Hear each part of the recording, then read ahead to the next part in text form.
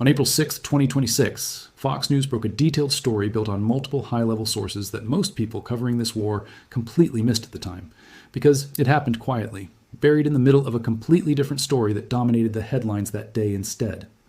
While American Special Forces were still in the process of rescuing a downed F-15E aircrew deep inside Iranian territory, CENTCOM Commander Admiral Brad Cooper personally directed a strike against an Islamic Revolutionary Guard Corps headquarters buried inside an underground facility near Tehran. 2 B-2 Spirit bombers flew the mission round trip directly from Whiteman Air Force Base in Missouri, an enormous, grueling distance for a single sortie, carrying massive ordnance penetrators, the exact same 30,000-pound bunker buster bombs used during Operation Midnight Hammer the year before, dropped specifically because American intelligence had picked up time-sensitive information that a large number of senior IRGC commanders were gathered inside that bunker at that exact moment.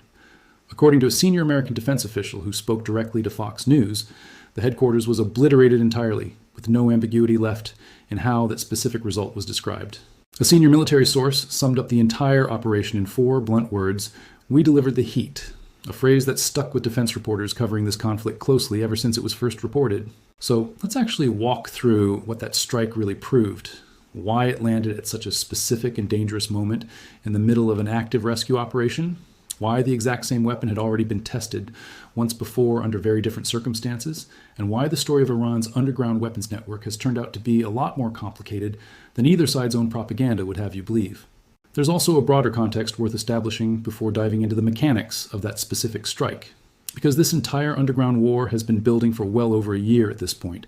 tracing back to Operation Midnight Hammer and the initial rounds of strikes against Iran's nuclear and missile infrastructure that first exposed exactly how central underground construction had become to Iran's entire military doctrine. The current phase of fighting, the one this April strike and the broader July campaign both belong to, represents a renewed and considerably more intensive continuation of that same underlying conflict, with American forces returning again and again to exactly the same fundamental problem: an adversary that spent decades deliberately building its most valuable military assets, specifically underground, betting that depth and hardened concrete would outlast whatever conventional air power could be thrown at it, understanding that longer arc matters, because it means the April bunker strike wasn't some isolated one-off tactical success dropped into an otherwise static conflict. It was the latest data point in a much longer, ongoing contest between Iranian defensive engineering and American offensive capability, one that's been evolving and adapting on both sides for well over a year now, rather than resolving cleanly in either direction. Let's rewind and set the scene properly, because the timing of this specific strike is genuinely remarkable once you understand it. That same day, an American F-15E Strike Eagle had been shot down over central Iran, and both crew members ejected into hostile territory. American Special Operations Forces immediately launched an aggressive recovery effort, and in a rescue that's become its own separate, widely discussed story, the pilot was extracted within hours, while the weapons systems officer evaded capture on the ground for more than a full day, moving and hiding across hostile territory, before American forces successfully pulled him out as well. What almost nobody outside the defense community initially realized was that Admiral Cooper used the exact window of that ongoing rescue operation to simultaneously order an entirely separate offensive strike hundreds of miles away, sending B-2 bombers all the way from the continental United States to hit a specific underground command bunker, the moment actionable intelligence confirmed senior IRGC leadership was physically present inside it. And to keep Iranian forces from interfering with the actual rescue itself, American B-1 bombers, known by their call sign Bones, dropped 100 separate 2,000-pound bombs during that same window specifically to keep Iranian personnel away from the recovery area. That's 3 distinct simultaneous military operations: a personnel rescue, a suppression bombing campaign to protect that rescue, and a deliberate, strategic strike against a hardened underground command bunker hundreds of miles away, all happening at once, all coordinated by the same combatant commander in real time, a level of operational multitasking that's genuinely rare even by the standards of a fully mobilized modern military campaign. Now here's where this story gets genuinely interesting, because it directly contradicts something that had become an accepted and almost comfortable piece of conventional wisdom just weeks earlier.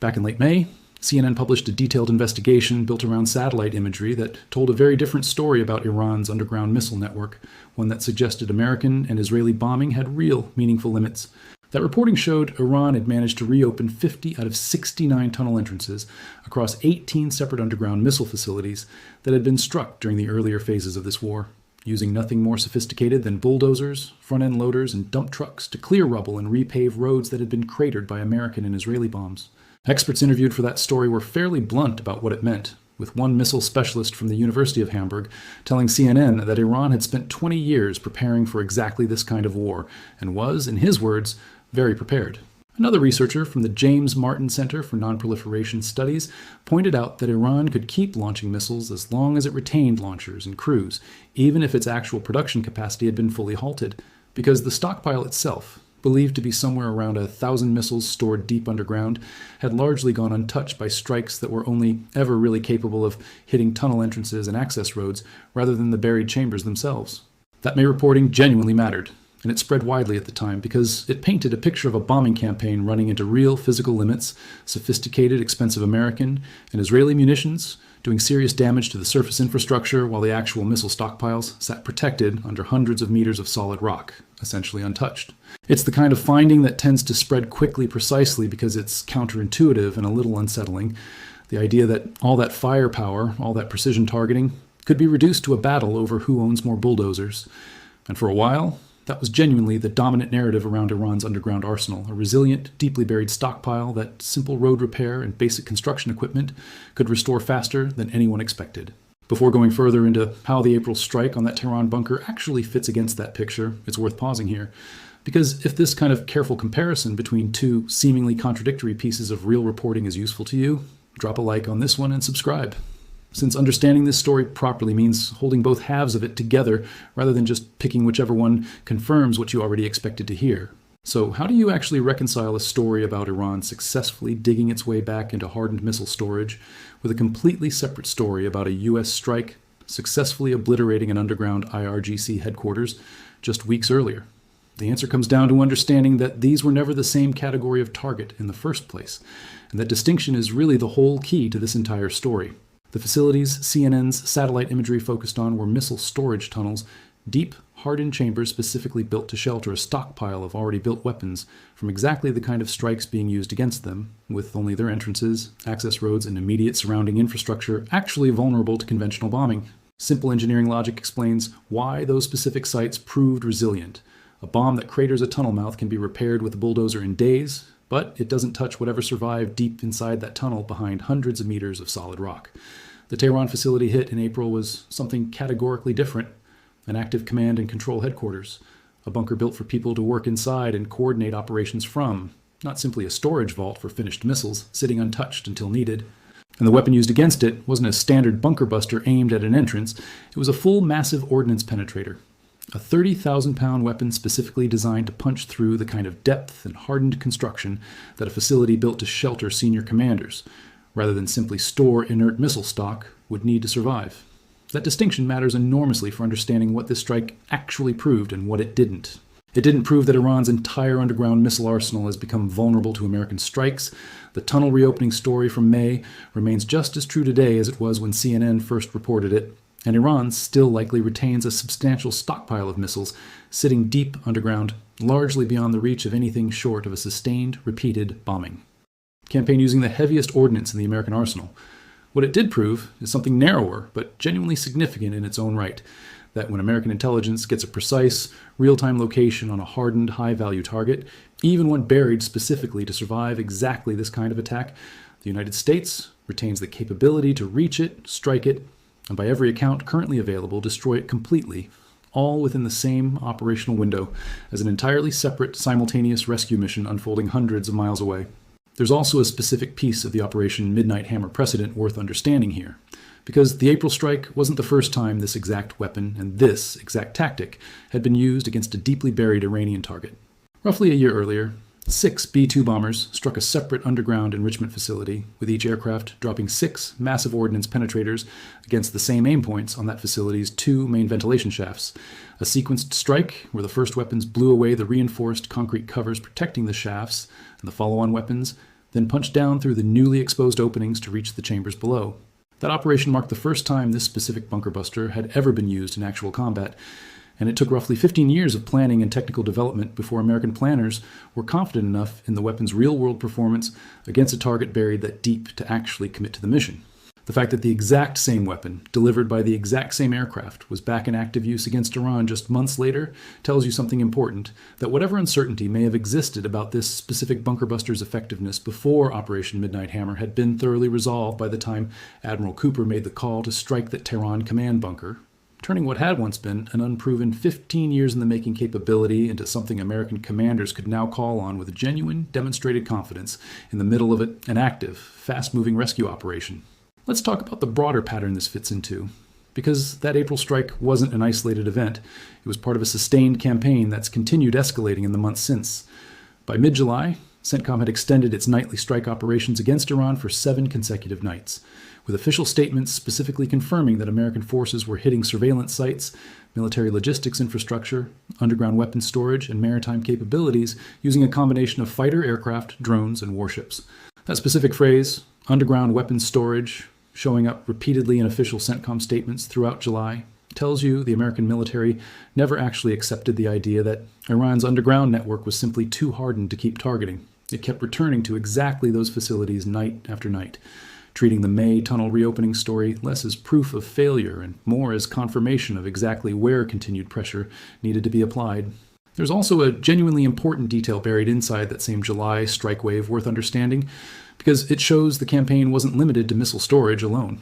On July 16th, American forces specifically destroyed the Chabahar Shahid Kalantari port surveillance tower, a structure that had served for decades as part of an IRGC maritime surveillance network used to track and target commercial shipping transiting the Strait of Hormuz. CENTCOM's own statement described that strike as directly degrading the IRGC's ability to coordinate attacks on innocent civilian crew members, framing it explicitly as protecting freedom of navigation for legitimate commercial traffic, rather than simply another notch in a broader bombing campaign. That detail matters because it shows the underground and surface-level target sets were being pursued simultaneously, and for interconnected reasons. Missile storage tunnels degrading Iran's offensive capability, surveillance infrastructure degrading its ability to actually direct and coordinate whatever offensive capability remained, both feeding into the same overall strategic goal of steadily reducing what Iran could actually accomplish with whatever weapons survived underground. And Iran's own response to the sustained pressure has been worth paying close attention to, because it reveals something about how seriously Tehran itself takes the underground threat, even while publicly downplaying it. Mohsen Rezai, a senior advisor to Iran's supreme leader, publicly warned that Tehran would move into what he called a phase of full-scale offensive operations if American strikes continued, language that reads less like calm confidence in an impenetrable underground arsenal and more like a regime under genuine mounting pressure, trying to project strength it may not fully possess anymore. Iran also made claims through its Revolutionary Guard that it had attacked a U.S. Special Operations Command Center in Al-Tanf, Syria, and captured or killed American troops in the process, a claim CENTCOM directly and immediately refuted, stating flatly that no U.S. troops in the region had recently been killed or captured. That specific exchange, an Iranian claim of a major operational success against American forces, met with an immediate, direct, on-record denial, tells you a lot about the information war running parallel to the actual kinetic campaign, with Iran apparently willing to fabricate battlefield successes specifically to counter the psychological impact of having its own underground command infrastructure repeatedly targeted and, in at least one documented case, completely destroyed. There's also a wider historical pattern worth mentioning, because Iran's underground missile network is only the latest and largest version of a fortification strategy CENTCOM has been chipping away at for years across the broader region, not something that appeared out of nowhere with this specific conflict. Iranian-backed Houthi forces in Yemen have relied on the exact same basic doctrine for years, building underground storage facilities for advanced conventional weapons, specifically to shelter them from American and coalition strikes on shipping lanes through the Red Sea and Gulf of Aden. CENTCOM has repeatedly struck those same Houthi underground storage sites over the past several years, precision operations against buried advanced conventional weapon facilities that Houthi forces use to launch attacks against Navy warships and merchant vessels. And those strikes give a useful, smaller-scale preview of exactly the same underlying dynamic now playing out at a much larger scale inside Iran itself. A regional network of Iranian-aligned forces that has consistently bet on burying its weapons capability underground, and an American military that has consistently kept refining its ability to reach those buried facilities anyway, whether that facility sits in the mountains of Yemen or underneath a bunker on the outskirts of Tehran. Now, here's the honesty check, because it's important not to let the dramatic details of a single successful strike create a false impression of Iran's underground network being somehow broken or fully neutralized. The May CNN reporting remains the more representative picture of the broader missile storage situation. Specifically, 50 of 69 tunnel entrances reopened, roughly 1,000 missiles still believed to be sitting deep underground, largely undamaged by strikes that could only ever really reach entrances and access infrastructure rather than the actual buried chambers. The April strike on that Tehran command bunker was a genuinely significant, high-value tactical success, but it was also an unusual case. A facility struck specifically because of precise, real-time, time-sensitive intelligence, confirming senior commanders were physically present inside it at that exact moment.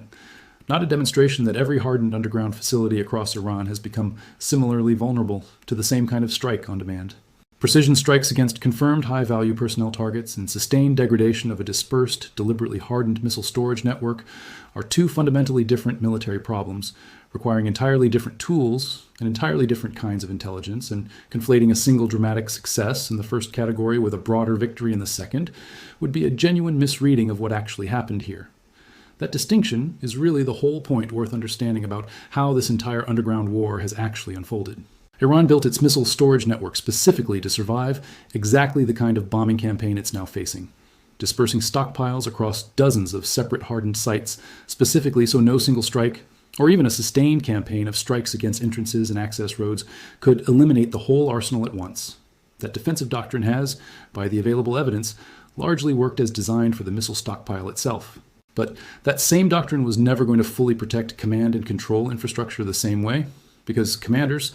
unlike stored missiles, actually need to move, meet, communicate, and coordinate in order for any of those stored missiles to ever actually get used effectively. Every time senior IRGC leadership gathers in one place, even a heavily fortified one, they create exactly the kind of concentrated, high-value, time-sensitive target that precision American intelligence and a massive ordnance penetrator dropped from a B-2 flying halfway around the world and back can still reach, regardless of how deep or how hardened the bunker underneath them happens to be. There's also a wider civilian and economic dimension to this July strike campaign worth understanding,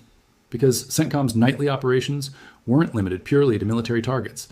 and Iran's own retaliatory strikes during the same period made that reality painfully clear on both sides. During the same stretch of fighting when CENTCOM was targeting underground weapons, storage, night after night, American strikes also hit an electricity and desalination plant in Iran's southern Hormozgan province, with Iranian state television reporting the Banji desalination plant was destroyed entirely, cutting off water supplies to roughly 10,000 people, while a separate desalination facility on strategic Keshem Island inside the strait itself sustained additional damage. Iran, in turn, targeted a water desalination plant inside Kuwait during that same broader window, a tit-for-tat pattern of infrastructure strikes running in parallel with the underground weapons campaign, one that prompted the Gulf Cooperation Council's own Secretary General to publicly accuse Iran of committing war crimes over its strikes on civilian infrastructure. That parallel civilian dimension matters because it's a reminder that the underground war being fought over missile bunkers and command headquarters was never happening in isolation. It was unfolding alongside a broader, genuinely brutal campaign touching basic services and ordinary civilian life across multiple countries at the exact same time, a reality that tends to get lost entirely whenever a story like this narrows down to just bunkers, bombers, and battle damage assessments. Let's talk about what this actually means strategically going forward, because it points toward a genuinely important asymmetry in how this underground war is likely to keep playing out. Iran's missile stockpile, sitting inert and dispersed across dozens of hardened storage sites, is extraordinarily difficult to fully eliminate through conventional strikes, and the May reporting on tunnel reopening makes that limitation clear in a way that's unlikely to change dramatically even with continued nightly strikes against entrances and access infrastructure. But Iran's command and control network, the actual human leadership needed to coordinate, launch, and direct that stockpile into anything resembling an effective, sustained offensive campaign, has proven considerably more vulnerable, precisely because leadership has to gather, communicate, and move in ways that stored missiles simply don't. That asymmetry suggests the more effective long-term American strategy isn't necessarily trying to physically destroy every buried missile Iran possesses, a task that would require an almost impossibly sustained and resource-intensive campaign, given how deeply and how widely that stockpile has been dispersed, but rather continuing to systematically degrade Iran's ability to actually coordinate, direct, and effectively employ whatever portion of that stockpile survives, striking the leadership and command infrastructure that turns a buried pile of missiles into an actual functioning military threat. There's a broader lesson here, too, about the nature of underground warfare more generally, one that extends well beyond just this specific conflict. Deeply buried, hardened facilities have always represented a genuine and serious challenge for even the most sophisticated modern militaries. And Iran's decades of deliberate preparation for exactly this kind of war, building dispersed, redundant, hardened storage, specifically anticipating a future conflict with a technologically superior adversary, has clearly paid real dividends for protecting its physical missile stockpile. But that same defensive doctrine has an inherent, almost unavoidable weakness built into it. Because a weapon sitting motionless in a tunnel accomplishes nothing on its own, it requires people to arm it, transport it, position it, and ultimately launch it. And every one of those human steps creates a moment of exposure that pure physical hardening simply cannot fully eliminate. The April strike on that Tehran bunker is really a demonstration of exactly that principle in action. Proof that even a regime that spent 20 years preparing to protect its hardware couldn't fully extend that same protection to the people who actually have to operate it. There's also the intelligence gathering side of this equation worth walking through, because a strike this precise doesn't happen without an enormous, largely invisible amount of work happening well before any bomb actually leaves an aircraft. Locating senior IRGC commanders gathered inside a specific underground facility at a specific moment requires exactly the kind of layered, real-time intelligence picture that modern American combatant commands have spent decades building. Satellite imagery, tracking movement patterns and vehicle convoys, signals intelligence picking up communications, traffic in and around a suspected facility, and human intelligence sources capable of confirming who's actually present rather than simply where a building happens to be located. That entire intelligence apparatus has to function fast enough to turn a fleeting, time-sensitive opportunity into an actual strike package, bombers loaded, routed, and airborne before the target window closes, which, in this specific case, meant getting B-2 bombers airborne from Missouri and flying them all the way to a target near Tehran and back within a single, coordinated operational window that also happened to overlap with an active personnel rescue mission unfolding elsewhere in the country. That kind of simultaneous, multi-layered operational tempo, gathering precise intelligence, launching a rescue, protecting that rescue with suppression bombing, and executing a completely separate strategic strike all at once, represents a genuinely significant demonstration of overall military capability, independent of the specific underground target itself. Let's also consider the psychological dimension of a strike like this, because destroying a hardened underground command facility carries weight well beyond whatever physical damage or personnel losses it actually caused. Every senior IRGC official who might consider gathering inside a similarly fortified bunker now has to reckon with the demonstrated reality that depth and hardened construction alone didn't save the people inside that specific facility in April, that American intelligence was precise enough to know they were there, and American airpower was capable enough to reach them regardless of how deep underground they believed themselves to be. That kind of demonstrated capability tends to change behavior in ways that are genuinely difficult to measure directly, but remain significant strategically, forcing continued dispersal, shorter meetings, more frequent movement between locations, and a persistent gnawing uncertainty about whether any given bunker, however deep it sits, actually offers the safety its original architects once promised. That uncertainty itself becomes a form of pressure, degrading the efficiency and confidence of exactly the kind of centralized command and control that any sustained military campaign genuinely depends on. There's one more angle worth exploring before wrapping up, because the engineering expertise cited in that May CNN reporting deserves a slightly deeper look, since it actually cuts both ways on the question of how genuinely secure Iran's underground network really is. The University of Hamburg researcher who told CNN that Iran had spent 20 years preparing for this kind of war wasn't simply praising Iranian engineering. He was also implicitly describing a fairly narrow, specific kind of resilience. Resilience against exactly the type of strike that had already been used against those tunnel entrances, and nothing more than that. Sophisticated, expensive bunker buster munitions were required to create that damage in the first place, and the researcher's own quote made the actual asymmetry clear, that the strikes causing damage required very sophisticated, very expensive weapons, while the recovery from that damage only required simple, low-tech equipment. That's a genuinely important distinction, because it describes a defensive strategy that's specifically optimized to survive repair and reuse cycles against surface-level infrastructure damage, not a defensive strategy that's been tested, or has necessarily proven itself, against a sustained campaign specifically targeting command and control nodes, using the heaviest penetrating munitions in the American arsenal, delivered against precise, time-sensitive intelligence, rather than simply cratering tunnel entrances on a broader, less targeted basis. Those are two different threat models, and Iran's underground network has so far demonstrated real resilience against one of them while showing genuine, documented vulnerability to the other. So where does this actually leave the broader picture of Iran's underground war as this conflict continues to grind forward? The missile stockpile itself remains largely intact and genuinely difficult to fully neutralize through conventional strikes, exactly as the May reporting demonstrated, and exactly as continued tunnel reopening efforts have kept confirming in the months since. But the April strike on that Tehran command bunker and the continued targeting of underground weapons storage confirmed in CENTCOM's own statements throughout July show a sustained American campaign that hasn't accepted the limitations of bunker warfare as any kind of final word. It's kept adapting, kept applying pressure across both the physical storage network and the human command structure that actually operates it,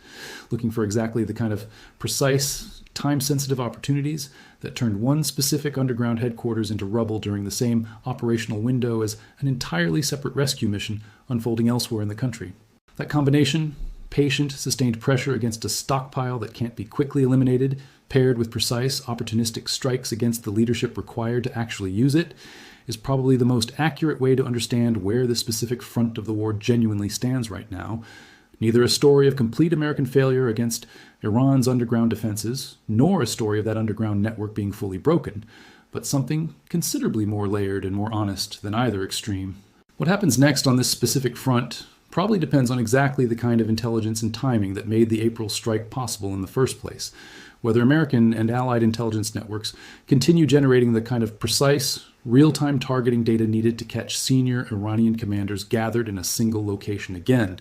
and whether Iran adapts its own command practices enough to make that kind of opportunity considerably harder to find a second time. There's already some evidence suggesting Iranian leadership has taken exactly that lesson seriously, with the increasingly dispersed, decentralized pattern of continued Iranian strikes throughout the summer, hitting Kuwait, Bahrain, Jordan, and the Strait of Hormuz through what increasingly looks like distributed regional commands rather than centralized direction from a single headquarters, potentially reflecting a deliberate adaptation specifically aimed at avoiding exactly the kind of concentrated high-value target that made the Tehran bunker strike possible in the first place. If that reading is accurate, it would represent its own kind of victory for the April strike's broader strategic effect. Not because it physically destroyed Iran's command capability going forward, but because it forced a costly, less efficient decentralization that likely comes with its own real trade-offs in coordination and effectiveness, exactly the kind of second-order strategic pressure that a single successful strike can sometimes generate well beyond its immediate physical impact. Let us know what you think about all of this down in the comments, whether you think Iran's underground network ultimately proves resilient enough to outlast this entire campaign, or whether you think strikes like the one on that Tehran bunker in April represent the beginning of a pattern that eventually erodes Iran's ability to actually use whatever survives underground, regardless of how much of the physical stockpile itself remains intact and untouched. And if breaking down exactly what a story like this actually proves, and just as importantly what it doesn't,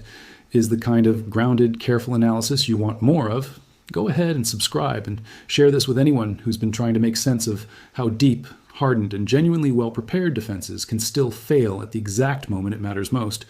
because the gap between a well-designed defense on paper and a defense that actually holds up under the specific, precise pressure of a determined adversary is exactly where the real story here has always lived. Thanks so much for watching, and we'll keep tracking this one closely as it continues to develop, particularly watching for any further confirmed strikes against high-value underground command targets, since those remain the clearest evidence available for judging whether this specific pattern of precision strikes against Iranian leadership continues, or whether Iran's own adaptations eventually make opportunities, like the one exploited in April, considerably harder to come by in the months ahead.